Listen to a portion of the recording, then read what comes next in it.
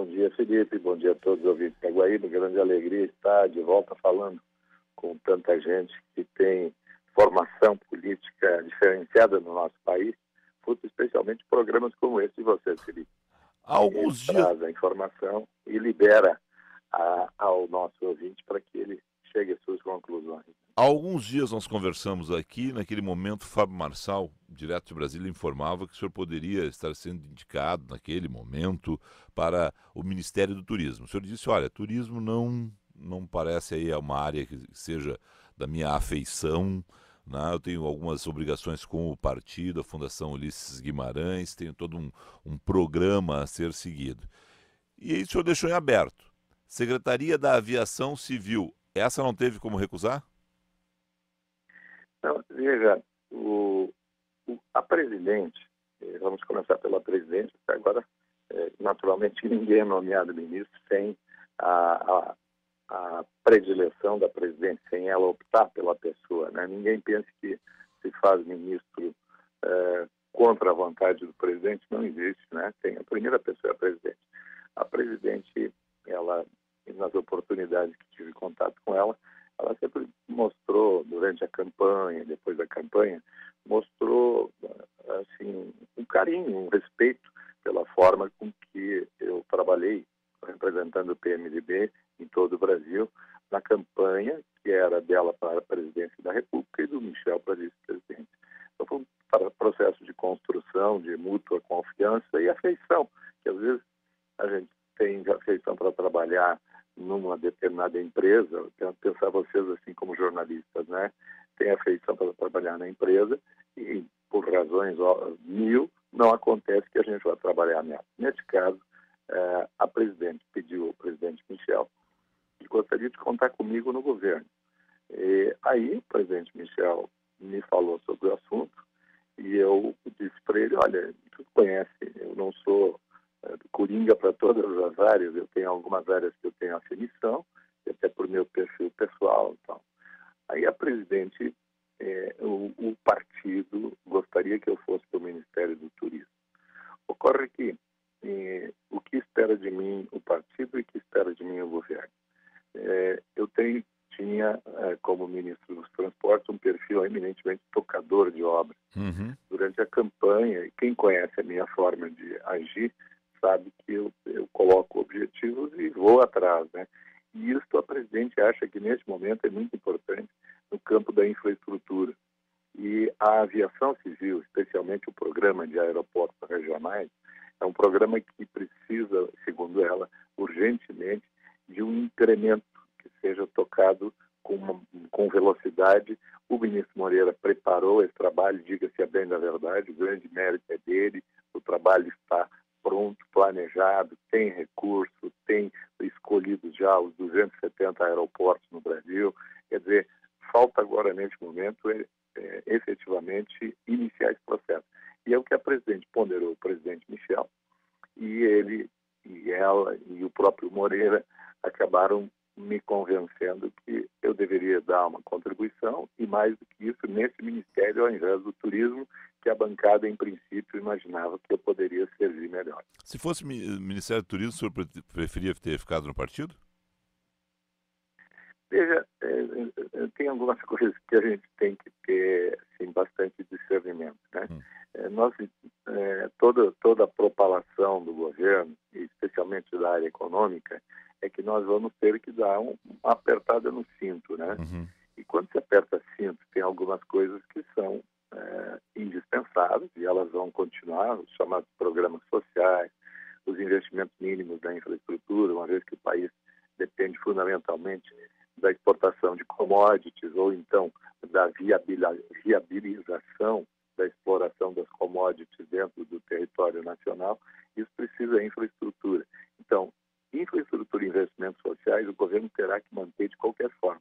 Os demais investimentos, onde se encontra no caso do turismo, vai depender sempre de uma destinação mais objetiva do governo. Nós deveremos ter contingenciamento de verbas praticamente em todos os ministérios, porque senão o doutor Levi não vai atingir os números que são as pretensões dele para 2015, 2016.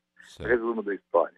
A presidente disse para mim, neste ministério Ministério da Aviação Civil, os recursos são próprios, tem fundo próprio, independe de orçamento, e eu tenho um projeto que eu quero celeridade e acho que tu tens o perfil. Nos demais, se tu preferir ficar no turismo, pode ficar sem nenhum problema, só nós vamos ter talvez um pouco mais de dificuldade. Por quê? Porque nós vamos viver um período de contenção de gastos. Entre o Ministério...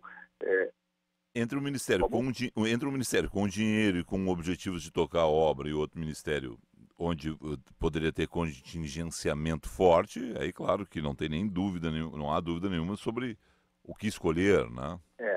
Esse foi o argumento do presidente Michel e do ministro Moreira Franco para comigo, porque eu realmente, tu acertou, eu estava decidido a permanecer na fundação, que é onde eu acho que eu tenho um trabalho e um papel muito importante pensando no PMDB para 2016, 2018, trabalho que eu não vou abandonar, mas evidentemente que eu vou sofrer agora restrições, porque o meu tempo vai ter que ser dedicado quase que integralmente às 24 horas a pensar esse novo desafio. Eu não sou profissional da área, tenho humildade em dizer que não a conheço tecnicamente, mas sei ler, tenho boa velocidade de leitura com a assessoria que eu vou contar do ministro Moreira Franco e da Casa Civil. A presidente tem uma equipe na Casa Civil que cuida desse tema também. Não tenho dúvida de que é possível, sim, a gente rapidamente dar resposta. Então vamos lá. 270 aeroportos, havia um plano de aviação regional que foi anunciado e não foi concretizado. Esse é o objetivo, então, de Eliseu Padilha nos próximos 4 anos. No que se refere ao Rio... Esse é o objetivo da presidente, né, em que ela escolheu a mim para ser o condutor desse processo. Mas é um compromisso que ela quer cumprir, ela deixou bastante claro comigo, eu disse que iria fazer e nós vamos fazer, ponto. Claro, eu já tenho um pouco de experiência e esta foi a razão pelo fato dela ter me escolhido para esta missão e até me induzido a aceitar esta missão, é que ela diz, aqui eu tenho compromisso, quero cumprir, tenho os meios. Quer dizer, em princípio, salvante a burocracia, nós teremos condições de tocar independente das circunstâncias econômicas que as contas públicas do Brasil venham a sofrer. Né? Certo. Me diga o seguinte, Salgado Filho, o senhor chegou a conversar com o Moreira Franco, olha, o que tem para o Rio Grande do Sul nesse pacote? O que vocês imaginam para o Salgado Filho e para os aeroportos regionais do Rio Grande do Sul? A primeira coisa que eu fui olhar, naturalmente, era o Rio Grande do Sul. E eu vi que nós temos 16 aeroportos contemplados nesse programa. Assim, vou passar rapidamente, porque 16 dá para falar rapidamente, né? Então vamos lá. Uruguaiana, São Borja, Santa Rosa, Santo Ângelo, Alegrete, Santa Maria, Santa Cruz do Sul, Bagé, Erechim, Passo Fundo, Caxias do Sul, Gramado, Canela, Porto Alegre, Pelotas, volta a Porto Alegre depois, Pelotas, Rio Grande e Santa Vitória do Palmar. São, no Rio Grande do Sul, 16 aeroportos. Por que Porto Alegre volta como aeroporto regional? Nós temos algumas obras em execução no aeroporto de Porto Alegre que não contam com recursos específicos e, neste caso, para que essas obras não tenham solução de continuidade, vem para esse programa de aeroportos regionais para que a gente não sofra solução de continuidade, quer dizer, não parem as obras. Certo. O recurso, este fundo que é para manter os aeroportos regionais tem, cada passagem que a gente compra tem uma parcelinha ali que é para este fundo. As privatizações que foram feitas, ou concessões, para usar uma expressão mais assimilável, as concessões que foram feitas, elas são pagas também mensalmente, ou anualmente, ou semestralmente, mas são recursos volumosos que entram também para esse fundo. Então, esse fundo tem uma autonomia de receita para poder cobrir esse programa. Certo. Aí daí a pergunta que poderia vir era, e quais serão os critérios para tu escolher? Exatamente. Tu vai pegar então, o Rio Grande do Sul, tu vai fazer tudo, e o Rio Grande do Norte? Não. Evidentemente que são critérios técnicos, em decorrência da demanda, tem determinadas regiões que estão com franco polo de expansão econômica, onde nós temos maior mobilidade de executivos, de pessoas que saem para viajar, tem expansão econômica, tem dinheiro também para as pessoas viajarem. Então, estes serão os critérios para ir direcionando onde vai, em primeiro lugar, se trabalhar. Antes de falar mais de Porto Alegre, esses 15 aeroportos do interior do Rio Grande do Sul, o que acontece com eles? Grandes reformas, a ideia é que se tenha voos entre eles, a ideia é que se tenha voos deles para outros estados brasileiros, para Uruguai, para Argentina, o que vocês estão pensando? Veja lá. O aeroporto regional, ele sempre tem que ter, vamos sempre pensar que nós não vamos fazer manutenção de aeroporto com recurso público, né? Então, se cria a infraestrutura e se entrega a operação. Essa entrega de operação, ela pode ser uma entrega pública ou a operação pode vir a ser privatizada, privada, em que tese permaneça ou não o aeroporto na propriedade da União. Então, o que vai se fazer é dotar dos meios e instrumentos necessários para que o aeroporto funcione. Está funcionando, é óbvio que tem que o mercado ter condições de manter o aeroporto. Daí porque esse estudo de mercado, por exemplo, vamos tomar aqui, eu vou apenas para o nosso ouvinte poder entender bem. Rio Grande, nós temos uma expansão do polo naval, muita gente se mobilizando para Rio Grande. É óbvio que hoje há uma demanda reprimida quanto à disponibilidade de voos para aquele aeroporto. É um dos aeroportos do Rio Grande. Portanto, ali, Pelotas, que está na cercania, pela mesma razão, mas também porque Pelotas já é tem uma outra proposta de centro micro-regional, também goza nesse momento de expansão, até em decorrência do capital que irriga a construção da indústria naval de Rio Grande, também tem a demanda reprimida. Certo. Quer dizer, nós vamos ter que trabalhar em onde o aeroporto é viável em primeiro lugar. Certo. Bom, me diga o seguinte, Salgado Filho, vai ser uma concessão, para usar um termo mais assimilável que privatização? Eu não tomei posse, eu ainda nem ministro sou. Mas o senhor está muito bem informado. Por ser amigo fraterno do ministro Moreira Franco, e este assunto do aeroporto alternativo no Rio Grande do Sul, que é um assunto que eu tive o privilégio de discutir com ele bastante, a ideia que é graça no Ministério, que está sendo desenvolvida no Ministério, é fazer uma concessão do Salgado Filho, e dentro da concessão do Salgado Filho está a responsabilidade pela construção do aeroporto alternativo, esse que é para acontecer entre Nova Santa Rita e Nova Santa Rita, para deixar ali a definição do território, todo mundo já sabe onde é, né? Então, qual é a ideia? Quem, porventura, vier a receber a concessão, ao invés de pagar esse valor que iria para esse fundo, como o Galeão pagou, como o Confins pagou, como os outros aeroportos que foram levados à administração privada pagaram e estão pagando, este recurso, em parte, talvez ainda sobre pagamento, porque vai ser uma licitação, que ainda mais, né? Este recurso, em uma parte considerável, será a construção do novo aeroporto. E aí a ideia é ter 2 aeroportos, mesmo um em Nova Santa Rita, com mais para cargas, que o Salgado Filho não tem essa possibilidade, e manter o Salgado Filho em operação, ou a partir da construção de Nova Santa Rita, extinguir o Salgado Filho, fechar o Salgado Filho?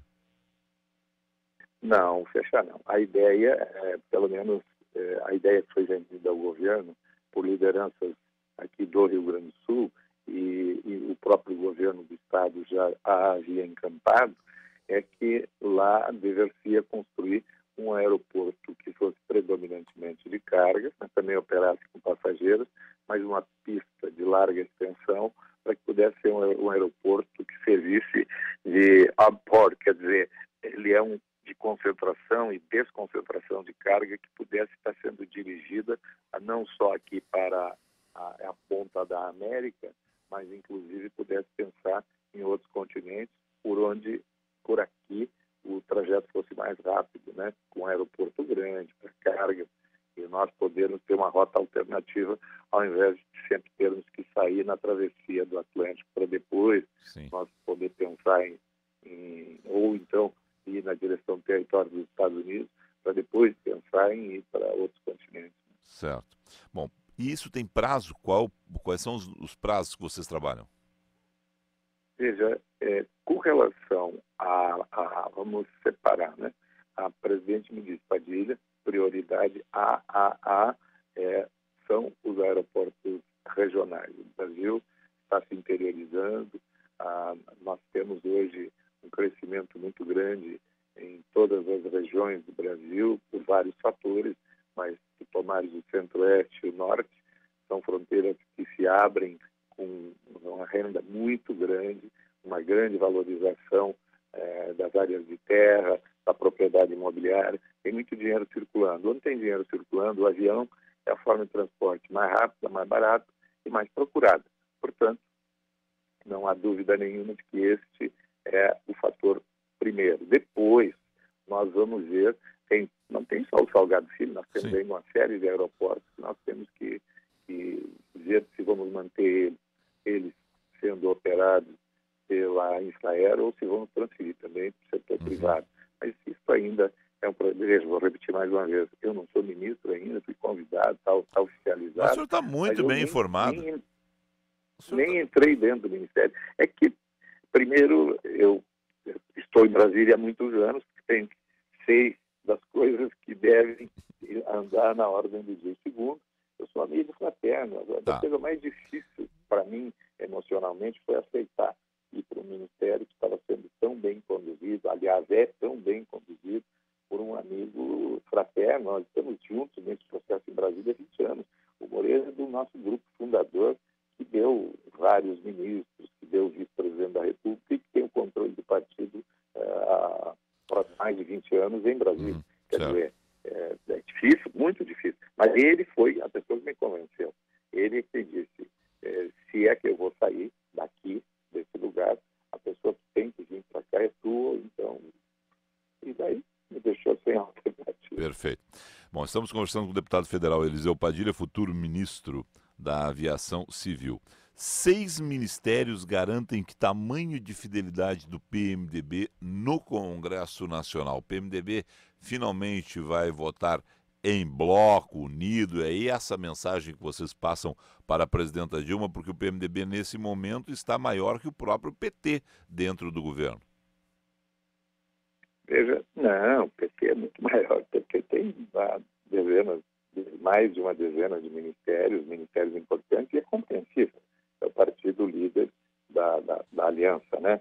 Mas, veja, eu prefiro ainda ganhar um tempo para fazer um estudo que eu fazia em outros tempos, do perfil de parlamentar por parlamentar, para a gente poder saber exatamente qual é o nível de fidelidade que a gente pode ter dos votos. Né? O senhor não atualizou ainda aquele programa famoso que no governo Fernando Henrique o senhor não, chegava... Eu até tenho ele, mas nós vamos ter mais de 200 novos parlamentares e não se tem nenhuma informação sobre a origem dele. Porque eu não faço nenhum milagre. Eu acabo vendo desde o período estudantil até o momento que o sujeito chegou no Congresso, qual foi a trajetória que ele fez, quantas vezes mudou de partido, se tem alguma consistência ideológica, se vai do partido de centro para a esquerda ou da direita, conforme a circunstância local, enfim, porque a fidelidade partidária nada mais é que um pouco de coerência pessoal. As pessoas que são coerentes pessoalmente, elas acabam votando de forma coerente. As pessoas que não têm muita coerência pessoalmente também não votam. E aí as circunstâncias do momento é que vão determinar. Portanto, o senhor ainda não tem mapeado devidamente o Congresso, mas terá ali na frente, aí vai estar... Se me perguntar hoje quantos parlamentares da base do governo a gente pode contar de olho fechado, independentemente do tema, eu não sei dizer. Certo. Mas em algum tempo eu saberei dizer. Perfeito. Bom, para finalizar, Eliseu Padilha no governo do PT. O senhor vai dizer, não, o governo do PT e do PMDB, Michel Temer é vice-presidente da República, eu coordenei a campanha. Mas é uma surpresa em função da sua presença lá no governo Fernando Henrique Cardoso e todas as críticas que o PT fez à sua atuação no ministério de Fernando Henrique Cardoso. Tem me dá o lado pessoal, assim. É uma vitória pessoal participar, Vamos lá. né? Agora vão ter que Vamos me lá, engolir, vamos lá. como dizia o Zagallo? Não, longe de mim. Não, não, não, não, nada disso. Eu tenho recebido uma grande manifestações de carinho e respeito dos meus colegas deputados do PT e do Rio Grande do Sul, porque a convivência, às vezes, uma disputa eleitoral acirrada, que a gente teve em outros tempos aqui, poderia dar uma impressão que as pessoas não fossem exatamente como são.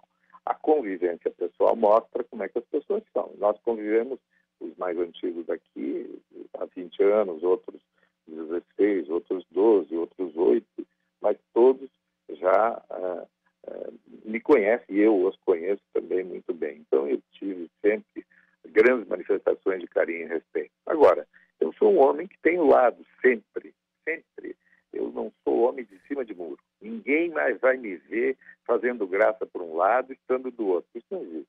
Eu, politicamente, na minha vida pessoal, eu sou um homem de posições claras. Sim. Isso também tem valor, inclusive para aqueles que têm a gente como oposição. Então, o que foi de críticas do passado, que ficaram em críticas políticas, o que há? Até as pedras mudam quando nós temos os rios enchem e as pedras do fundo do rio se mudam de posição, e às vezes até de cor em decorrência das enxurradas, né?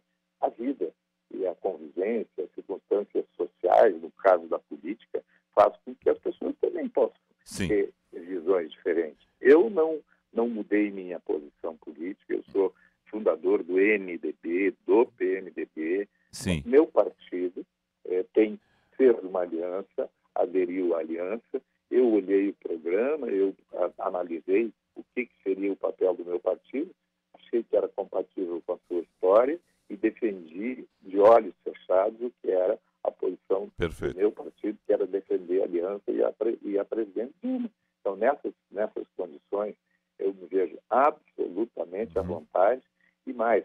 Antes de eu imaginar em vir a ser ministro, pensar em ser ministro, eu disse aqui no Rio Grande do Sul, e para jornal, e para rádio, para televisão, que o meu estado do Rio Grande do Sul, enquanto não construir um pacto em que essas dissidências tão objetivas de oposição a 120, 180 graus, eu sou contra, basta ceder que eu sou contra, nós não vamos resolver a questão das contas públicas do estado do Rio Grande do Sul. Bom, nesse momento... A nossa deficiência aqui é decorrência de nós não podermos mexer em temas que são, às vezes, tabus. E tabu só se quebra com pacto. Assim fez Vargas, logo depois da Revolução de 30, assim foi na Espanha, o Pacto de Moncloa. O Rio Grande do Sul terá que construir um pacto. Tá, e então o senhor está dizendo o seguinte, o Rio Grande do Sul vai ter que construir um pacto, está iniciando em uma semana o governo Sartori, é o governo do meu partido, mas tem que procurar o governo federal, tem que procurar o PT, tem que parar com esse negócio tudo. Obviamente. Primeiro tem uma relação que ela é institucional, republicana, e a presidente fez questão, isso foi boa que tu puxou, a presidente fez questão de ontem, na nossa conversa, dizer para mim, olha, no Rio Grande do Sul, sei que é um governo que tu ajudou a fazer, o PMDB ajudou a fazer, é um governo que fez oposição a mim, mas nós temos uma república para administrar, portanto, o governo do Rio Grande do Sul, tu pode dizer para os teus correligionários, terá de mim aqui o tratamento como todos os outros demais estados do Brasil. Deputado Eliseu Padilha, com a sua experiência, o senhor vê possibilidade de alguma forma reproduzir minimamente uma aliança PT-PMDB no futuro no Rio Grande do Sul?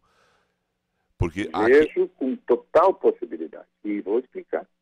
Na eleição municipal de 2012, nós tivemos no Rio Grande do Sul alianças entre PT e PMDB em mais de 240 municípios.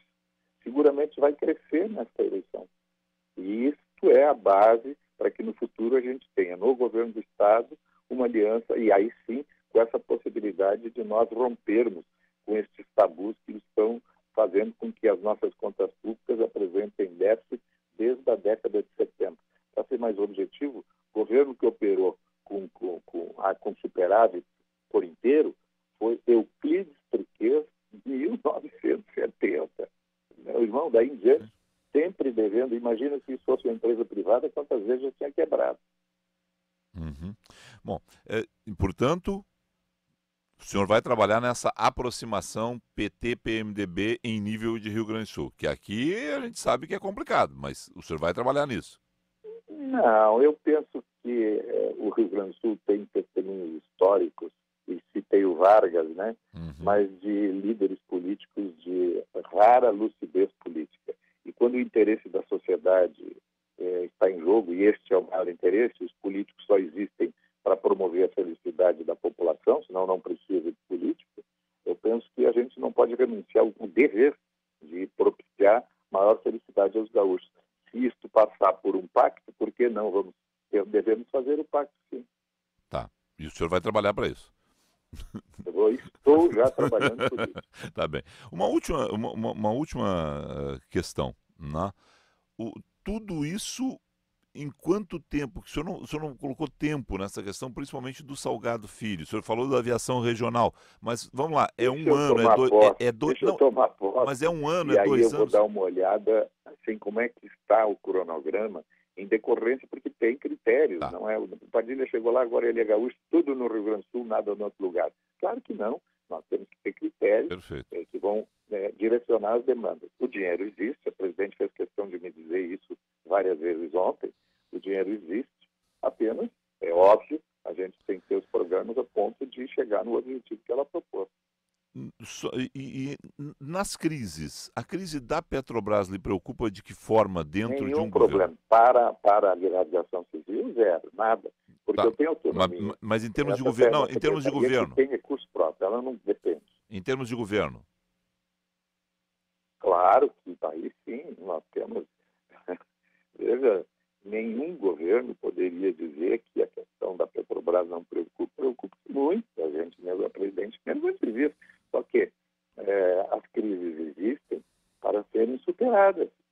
O Brasil vive um momento de instituições firmes, nós temos a democracia funcionando plenamente, o sistema republicano funcionando plenamente, nós temos os poderes, as instituições, vou dar 2 nomes, a Polícia Federal, o Ministério Público, com ampla autonomia, fazendo aquilo que a sociedade lhes delegou, e aí não é governo que delega, são as instituições produzidas pela nação que delegam.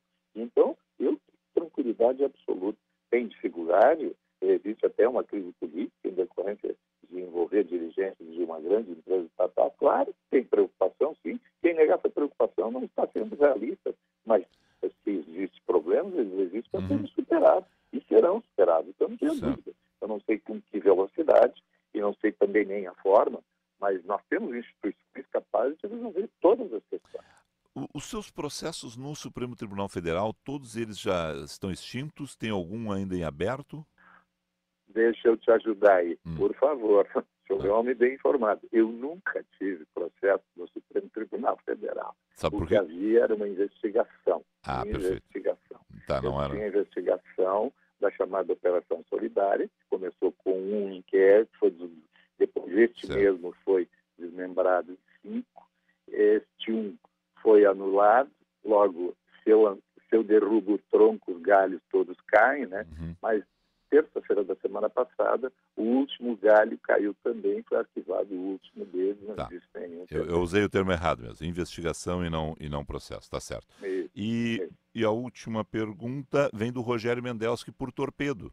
O Rogério Mendelski está ouvindo... meu amigo Mendelski, primeiro, antes dele perguntar, eu quero, parabenizar o sujeito que tem o tempo de sucesso trabalhando com comunicação que tem o Rogério.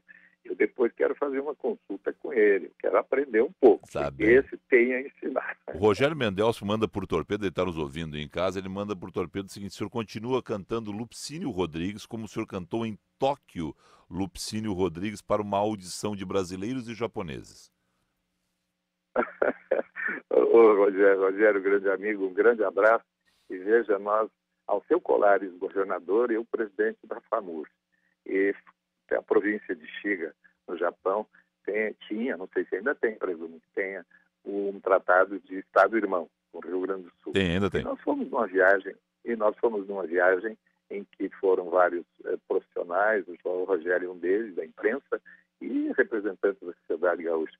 E lá à noite, nós, depois do jantar, começamos ali a cantarolar e tal. Então, não, mas o Padilha sabe alguma coisa do Lupicínio.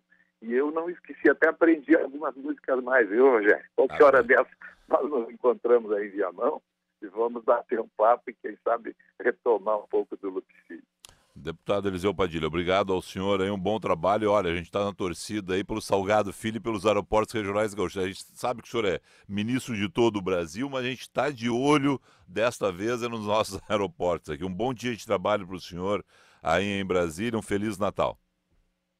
Obrigado, muito obrigado igualmente. Um Feliz Natal para todos os ouvintes. Um ano novo que seja melhor, ou melhor de todos. Não vamos ser pessimistas, não. Para terminar, apenas para todos os ouvintes. Olha, quando tem crise, eu uso uma imagem interessante. Quando tem crise, a gente tem dois profissionais, um que vende lenço e um que compra lenço. Eu estou entre os que vendem lenço, entende? Quer dizer, não dá para chorar, não. A gente tem que continuar, ter foco, não perder o foco, mas todas as crises, elas vêm para ser superadas também. Obrigado, um grande abraço, muito obrigado.